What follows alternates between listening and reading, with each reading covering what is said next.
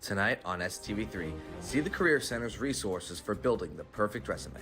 Plus, the Pride Cares program holds numerous events for their Mental Health Week on campus. All that and more tonight on SCTV3.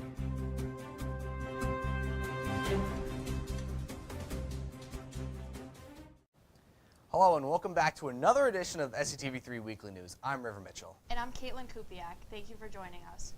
We start tonight with a closer look at some of the resources available at the Career Center. For students on campus that hope to get a job or internship over the summer, a stellar resume is a big step towards sticking out to employers. The Career Center offers one-on-one work for students who want to edit the content, format, and style of their current resume. SCTV3's Liam Shannon sat down with the director of the office, Scott Dranka, to find out the essential qualities of a standout resume. Resumes are one of the most important aspects of applying for anything from colleges to internship positions to full-time careers. A resume is a great way to showcase one's skills and accomplishments. Employers look straight to candidates' resumes when evaluating them for potential employment. Lucky for students at Springfield College, the Career Center offers great resources for helping students create and update their resumes throughout their time here and beyond. When a student is constructing a resume, what are employers looking for and what should really be on that resume? Topics and categories on a resume a student could definitely have on there. Could be an objective, which is optional, but sometimes students will put an objective. Definitely their education section, that should be at the top part of their resume after their contact information, because that's the most vital thing that you're working for right now, the earned degree, Right. or degree in progress. That shows your focus and conviction. That is essentially your full-time job without having a full-time declared outside job. Right. After that should be related experience. Those are internships, and employers want to see multiple internships. A lot of conversations, a lot of door openers that happen as a result of internships. Then they could have a section of additional jobs or additional experience. Those are maybe the summer jobs or the camp jobs or something that might not be directly involved with that student's major, like your direct and then your other or semi-direct and other, making different categorical areas. After talking to Scott, I was curious to hear from the perspective of a student who has used the resources that the Career Center provide to create a resume of his own. I needed a resume to get made, and I'm unfamiliar with the making of resumes, you could say. So I heard about the Career Center. I heard it was a good tool to utilize. So popped in there, got some help from a pro, you could say, and I got a nice little resume created. Definitely useful. I have an outline of a resume now, and I can keep building off of that. And then they're also helpful in giving me a little folder with some additional tools that I could use when building similar things in the future. It is clear that the Career Center is a great resource for all students on campus looking to prepare themselves for a career. From education to summer jobs, Scott and his staff can help you build the perfect resume. Reporting for SCTV3, I'm Liam Shannon. The Career Center is offering numerous programs for the spring semester, including a 2-day workshop of guidance on skills like interviewing, which starts on February 13th. They are also hosting another workshop on managing your budget on March 4th via Zoom. Resume appointments can be made anytime through PrideNet or Handshake. Over the weekend, the Pride Dance Team hosted their 10th annual showcase. The Pride Dance Team is a club sports team split up into a game day team and a competition team. Both squads joined together to deliver a stellar showcase in the Fuller Arts Center on Friday night and Saturday afternoon. The show consisted of 2 acts of 26 dance feature songs like Mr. Worldwide by Pitbull. Seniors on the team had the opportunity to choreograph and perform their own senior solos. Senior captain Hannah McIntosh reflected on the last 4 years she spent with the team. It's been the best thing that I've experienced since coming to Springfield. It's where I've met all of my friends. It's where I've met 2 of my roommates who I'm living with for the next 2 years as well. All of the girls on the team in every year that I've been on the team have been my best friends. The dance team will now prepare for their competition against Endicott on February 16th. The Campus Activity Board held yet another exciting event this past Monday for students on campus, hosting a sports and pop culture trivia night in the Union. Students from all grades on campus enjoyed some food and took on their friends in some competitive trivia. The questions mainly focused on the upcoming Super Bowl and were heavily centered around the topic of sports and other pop culture events. Students formed teams and worked together to try and beat other groups around the Union. The winner of the trivia won a party for the big game, catered by CAB. If you are interested in more events held on campus, check out CAB's Instagram account at SCPrideCAB. As a part of their spring semester programs, the Career Center held a picture day and a business card blitz in the Campus Union last Friday. Springfield College students cleaned up nicely as free and professional headshots were taken in the Union Rotunda. Then they headed down to the Career Center and used their new photos for business cards. The event was in an effort to encourage students to network. The business cards were then printed and students were given a case to hold all of the copies they received. For those who are able to create new batches of cards, you can show them off at the Alumni Networking event on February 27th in the Dodge Room. With the spring semester now in full swing, the housing selection process for next year is looming for students. Emails have started to be sent to student inboxes about the latest information on housing selection. The first step in this process has already started with housing contracts, which are now available for all students to read and sign. The contracts can be accessed through the student's My Housing site on PrideNet. You cannot proceed in the housing selection process until the contract is signed. The next step is grouping and selection, which starts next Monday, February 10th, and is for students applying for the graduate annex. As the month continues, other dorms on campus will have their turn. Residence Life employee Mario Richards says it's important to keep track of the process and stay on top of the most recent updates. Consistently check your email. Consistently check your email for updates from Residence Life. The guidebook is also a great resource in general. It has the selection calendar timeline, so you can look at the timeline and start planning ahead of time. Everything in the guidebook will walk you from day one until the end. For more information on the housing process, go to My Housing portal on PrideNet or check out your school email inbox for the housing selection guidebook. Nominations are now open for the 2025 Springfield College Diversity, Equity, and Inclusion Award. This award recognizes a community member who has demonstrated a strong commitment to fostering inclusion and belonging on campus. The recipient of the award can be anyone from a faculty member, staff, or a student. The winner will be honored in the annual Martin Luther King Jr. Lecture on March 3rd, and their names will be added to the plaque housed in the Campus Union. The nomination deadline has been extended to tomorrow, February 7th. You can find the nomination form in your email. Emma Bynes is over in Studio B with a look ahead to this week's forecast and some national weather headlines. Emma, what's the forecast looking like? Well, Caitlin, it looks like Puxatawny Phil's prediction was right this year. You can expect to see snow throughout the week. This week is ending a little bit warmer with highs in the mid-30s tomorrow and Saturday. However, Sunday morning we could receive between 3 and 6 inches of snow. A quick break from the snow occurs on Monday despite the temperature remaining below freezing. Tuesday, Wednesday, and Thursday all are expecting scattered snow showers. Luckily, minimal snow should accumulate throughout these storms. Highs land around 30 degrees to end the week, with lows remaining in the mid-teens. We now move to some national weather headlines. California continues to be subjected to natural disasters after the destructive wildfires last month. This time, torrential downpours and flooding have affected the northern part of the state. Fire crews are reminding residents that puddles are deeper than they appear and not to drive through them. The flooding is triggering mudslides and making many roads not passable. Fortunately, the rain will let up within a few days and major flooding should recede. Back to you guys in the studio. When we come back, see the mental health advice shared by members of the Pride Cares program. Oh, Vanessa. You gonna text her back?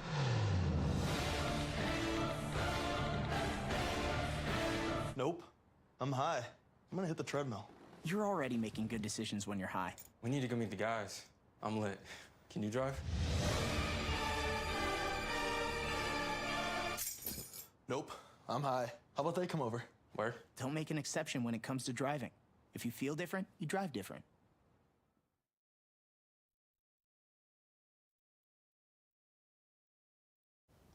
If you were passing through the Union lobby this past week, you most likely spotted the familiar light green on the Pride Cares program.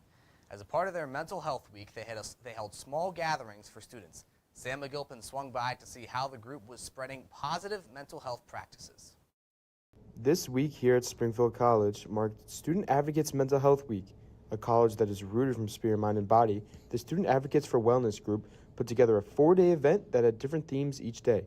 It was located in the Union lobby, with Hygge being the first day. Because of the cold weather, seasonal depression can be heightened. Student advocate Sophie Sars talked about what exactly hygge is. Well, today is all about hygge. Hygge is basically an idea of feeling like warm and cozy in the wintertime. It's basically, in shorter terms, like embracing the winter. A lot of people have a tough time in the winter because it's cold and there's not as many things to do, but it's kind of embracing that like warm feeling. This could literally be like laying in bed with a bunch of blankets on, or it could be like going to Cheney with friends. It's just anything that kind of fills your cup in the wintertime. Tuesday was a guide on how to give gratitude, and Wednesday was a Pride Cares check-in. Kelly Morrison made note of the impact of mental health. Advocating for the students of this campus, like taking care of yourself, and that's not just physically, that's mentally and spiritually as well. So that's kind of what our tabling events are, is just trying to get students like more in touch with their like mental health and making sure that it's just as important as their physical health as well. Students yesterday were asked to write something they're grateful for, and the table got plenty of responses. From SCTV3, I am Samuel McGilvin. Pride Cares recently welcomed their 7th cohort of students. More and more peers with green tags serve as resources for students that are struggling with their mental health. After originally imposing a 25% tariff on imports, the Trump administration's decision to pause the ruling on imports from Canada and Mexico has provided temporary relief to both importers and consumers in the United States. However, a new 10% tariff on China is set to begin this upcoming week. SCTV3's Liam Shannon has more on how these regulations will impact the prices of everyday goods. The import tariffs initially sanctioned on Mexico are currently on hold. However, if imposed, prices for fruit, vegetables, and other goods could be impacted. Yessi Noyola, who owns a shop near Dallas that sells imported candies from Mexico, explains how her prices may be affected. Buyers will have to raise their prices, which in turn will cause retail locations like myself to raise our prices. The 10% tariff on Chinese imports is still in effect and could have an impact on a variety of U.S. industries, says supply chain expert Patrick Penfield. We import a lot of base ingredients from China that's used in a lot of various industries. So you're talking pharmaceutical, you're talking the toy industry, you're talking electronics. So almost every industry in the United States would be impacted. Chinese President Xi Jinping says China will look to retaliate with their own tariffs on U.S. goods. The White House says Trump plans to meet with the Chinese president in the near future. Industries all over the U.S. could feel the wrath of the tariffs, one in particular being the automobile industry. New Jersey car dealership owner Tom Maioli breaks down why this could have such an impact. Not just the vehicles, it's the parts that go in the vehicles, and those parts come from all over the world. And as those tariffs come in, depending on where those parts come from, it's going to impact every vehicle, SUVs, cars, hybrids. The gas that powers those cars could also be due for an increase, as the U.S. imports oil from Canada. An upholding of the 25% Canadian import tariff could lead to higher prices at the pump. Reporting for SCTV3, I'm Liam Shannon. While China has responded with proposed tariffs on U.S. coal and crude oil, they would not come into force until February 10th, giving the countries time to make a deal. President Trump said yesterday that he was in, quote, no rush, end quote, to speak to Chinese President Xi Jinping. Recent federal plans to remove the, quote, sensitive locations, end quote, policy for immigration enforcement has caught the attention of local immigration groups. Michigan's chapter of the American Civil Liberties Union released a letter this past week stating that, quote, all children should feel safe going to school and all parents should feel safe sending their kids to school, end quote. SCTV3's Morgan Barbosa has more on the story. On Wednesday, the Michigan chapter of the American Civil Liberties Union partnered with the Michigan Immigrant Rights Center to share a letter they sent to Michigan school districts that detailed how to protect and support children's legal rights while they are on campus. We can't change the fact that teachers now have to worry that ICE will burst into their classrooms to drag children away. Attorneys with the ACLU say the new policy of allowing immigration agents to conduct operations on previously safe places like schools, school playgrounds, or bus stops push them to provide additional resources for support. But what we can do and have done is make sure that schools know what the law is and how to do everything they can to keep children out of harm's way when they come to school. One way of doing that is by making sure students know their rights, what they do and do not have to say if they are being questioned by immigration agents. In a separate move, the Michigan chapter of the Council on American-Islam Relations just released new videos that explain the information in Arabic. Chair Michigan Executive Director Dawood Walid says the decision to create the videos was essential. People in our community need to be empowered with information, because without having a lack of information, people don't know their rights, and that leads to fear and hysteria. This comes less than 2 weeks after Michigan Attorney General Dana Nessel joined a multi-state lawsuit against the executive order impacting birthright citizenship, arguing that children denied automatic citizenship will live under a constant threat of deportation. Those behind the letters say their hope is that the community will support their fellow neighbors and empower them to ask for help. If educators take the steps outlined in our letter, more kids will feel safe enough to attend and learn more, and parents will feel that their schools are a safe place to send their children. Reporting for SCTV3, I'm Morgan Barbosa. This new policy has caused hundreds of people to gather outside of the Michigan Capitol on Wednesday to protest against the recent developments. With Super Bowl 59 just under 72 hours away, significant preparations are ongoing in New Orleans to ensure a safe experience for everyone in attendance. Officials from far and wide are involved in the process and realize the added pressure to safety hosts the event after a tragic attack in the city on New Year's Day. SCTV3's Tucker Paquette has more. As New Orleans prepares to host Super Bowl 59 on Sunday, the city has beefed up security and is making sure they are ready to hold a safe event. In the aftermath of the attack on New Year's Day, there is an intense focus on ensuring that the city and the Caesars Superdome are ready to be the home of one of the largest events on the sports calendar. When the 125,000 or so fans expected to attend the big game arrive, they will instantly be met with intense security checks. Police, local officials, and organizers want to be certain that nothing potentially harmful enters the stadium. Any bags or containers larger than 4.5 inches by 6.5 inches, which is basically the size of a lady's clutch, are subject to search by law enforcement prior to entering the enhanced security zone. There will be thousands of law enforcement officials working during the Super Bowl, including the presence of snipers and other agents from the FBI and Secret Service. Bomb-sniffing dogs will be employed too, as New Orleans aims for everyone to be able to enjoy the game without incident.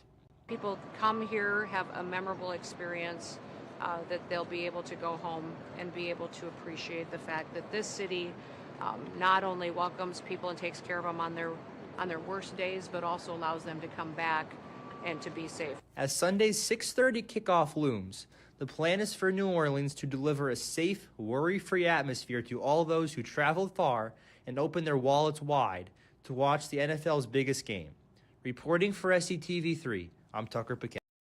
At the time of this broadcast, no viable threats on New Orleans or the Super Bowl have been issued. After the break, Dante Iafredi has you covered with all Pride sports news on SCTV3 Sports Extra.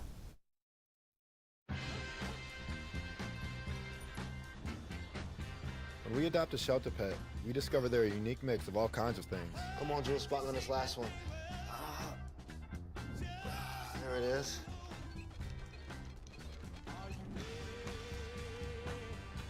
Keep going with it. Leo. They're a little bit of a lot of things, but they're all pure love.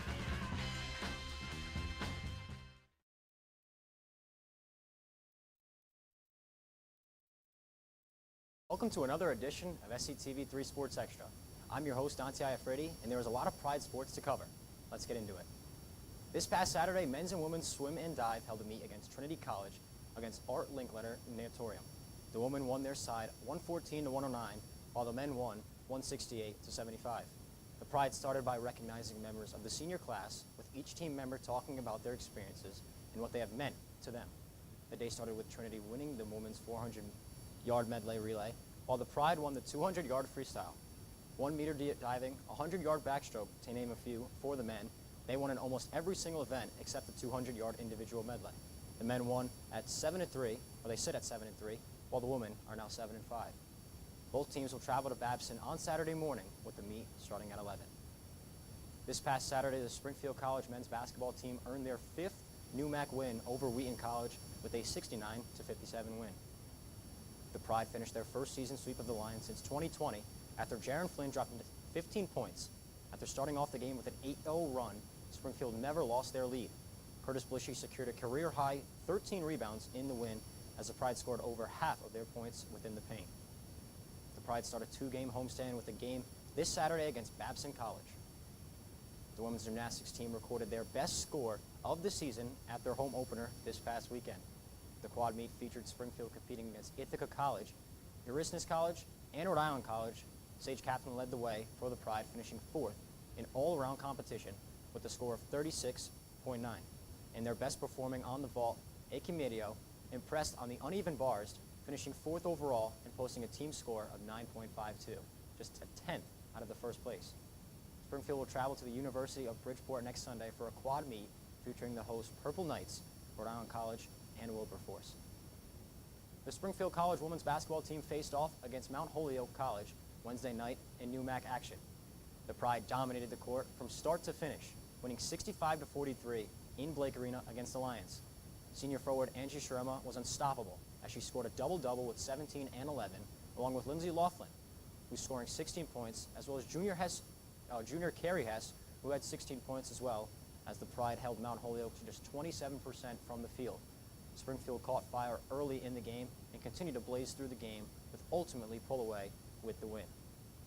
Pride improved to 11-9 overall and look to keep the momentum going strong in their next game against WPI away on Saturday.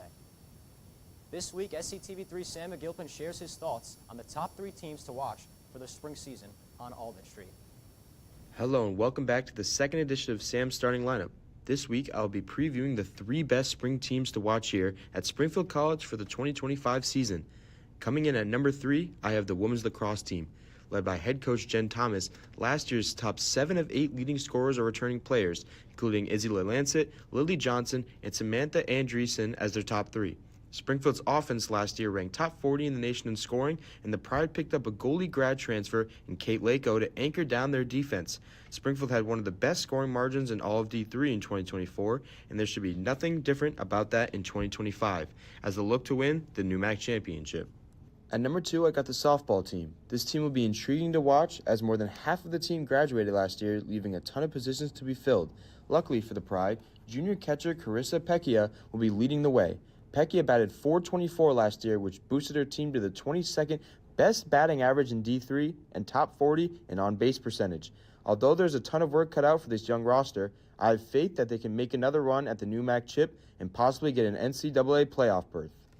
And without much debate, in my opinion, at number 1 is the men's volleyball team. The team started off the season with a tough loss to Concordia, but have since routed off 5 straight wins while outscoring those opponents 15-1 in sets.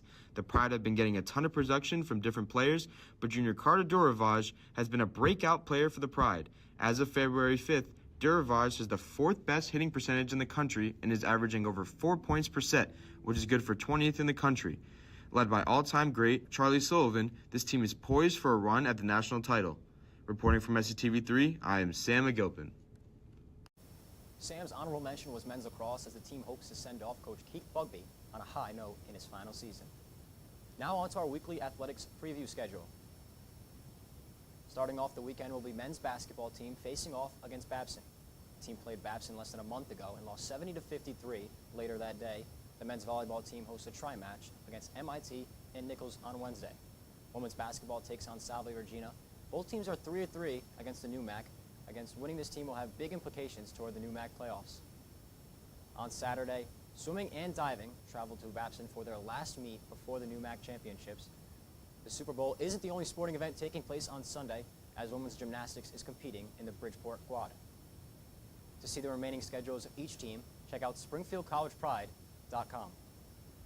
That'll do it for this week's edition of SCTV3 Sports Extra. Stick around to see the return of Patty's Pizza Picks. Jordan knows he shouldn't eat this entire bowl of nachos, but tonight he's earned that right, because a few hours ago in the middle of happy hour, he recognized a sign, not from the gods or a bolt of lightning, but from a double heart, a kissy face, and a 4th ha in ha ha ha. That's when Jordan knew he was buzzed. So when it was time to go, he got a ride home instead of driving. Be a legend like Jordan. Recognize your buzzed warning signs and get a ride home. Buzz driving is drunk driving. The start of a new semester sends SCTV3's Patrick Fergus back out into the streets of Western Mass in search of the best pizza around. This week, he took a trip to East Longmeadow and tried the Pizza Shop.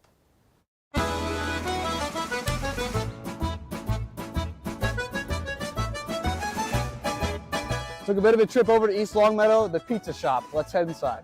It was a large space with a nice main dining area and a bar through the doorway. There was an extended whiteboard with a ton of local sketches and artwork, and picturesque Italian paintings. The service was relaxed and friendly, but the menu was missing Old Reliable, the personal pie. I opted for the medium, which was the usual 12 inches, but with the added price. The slices came out quickly, but didn't come with much going for them. So first off, we have a good amount of cheese on this slice. But the real iceberg of this ship was the crust. Really sticks out to me though is the crust is extremely chewy. Very, very light. I'm a guy that likes some crisp on my dough. The undercooked crust torpedoes the pizza shop's score, landing at 2.5 stars. Now looking at the updated power rankings, the pizza shop at 2.5 stars takes the final spot in the top 10, bumping out Wild Olive Pizzeria. Reporting for SCTV3, I'm Pizza Pat. That'll do it for this week's newscast. Thank you for joining us. If you've missed our previous shows, check out every broadcast and story on our YouTube channel, SCTV3. And make sure to tune in next time. Same time. Same place.